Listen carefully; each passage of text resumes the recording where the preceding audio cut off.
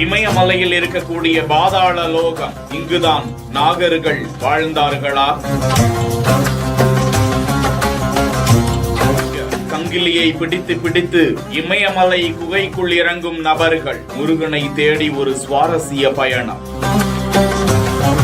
கோபி என்பவர் பகிர்ந்திருக்கக்கூடிய அந்த காணொளியில் அவர் முருகன் குறித்து பல்வேறு ஸ்தலங்களுக்கும் சென்று ஆய்வு நடத்தி வரும் வேளையில் கந்த புராணத்தில் இமயமலையில் இருக்கக்கூடிய இந்த பாதாள லோகம் பற்றி தெரிந்து கொண்டு அந்த இடத்திற்கு பயணம் செய்திருக்கிறார். உத்தரகாண்ட் மாநிலத்தில் இருக்கக்கூடிய பட்டால் புவனேஸ்வர் என்ற பகுதியில் இருக்கக்கூடிய இமயமலையில் சுமார் 3000 அடி உயரத்திற்கு மேலே இந்த குகை போன்ற பகுதி இருப்பதாகவும், அந்த பாதாள வழியே உள்ளே சென்றால் ஒரு மிகப்பெரிய நாக உருவம் இருக்கிறது, அது தத்ரூப சிலையாக இருக்கிறது என்றும் அதனை புகைப்படம் எடுக்க அவர்களுக்கு அனுமதி மறுக்கப்பட்டதாக கூறுகிறார். கலியுகம் முடிவடையும் போது அங்குதான் சுவாமிகள் வந்து தஞ்சம் அடைந்து விடுவார்கள், சிலையாக மாறி விடுவார்கள் என்றும் பக்தர்கள் நம்புவதாக கூறப்படுகிறது. அவ்விடத்தில் சிவன், பார்வதி, முருகன், பிள்ளையார், அகஸ்தியர், நரசிம்மர், பைரவர் உள்ளிட்ட ஏராளமான இந்து தெய்வங்கள் சிலையாக இருக்கிறார்கள் என்றும், முக்கியமாக சுயம்புவாக உருவாகிய சிவலிங்கம் மற்றும் பனி லிங்கம் கோபி பார்வையிட்டதற்கான வீடியோவை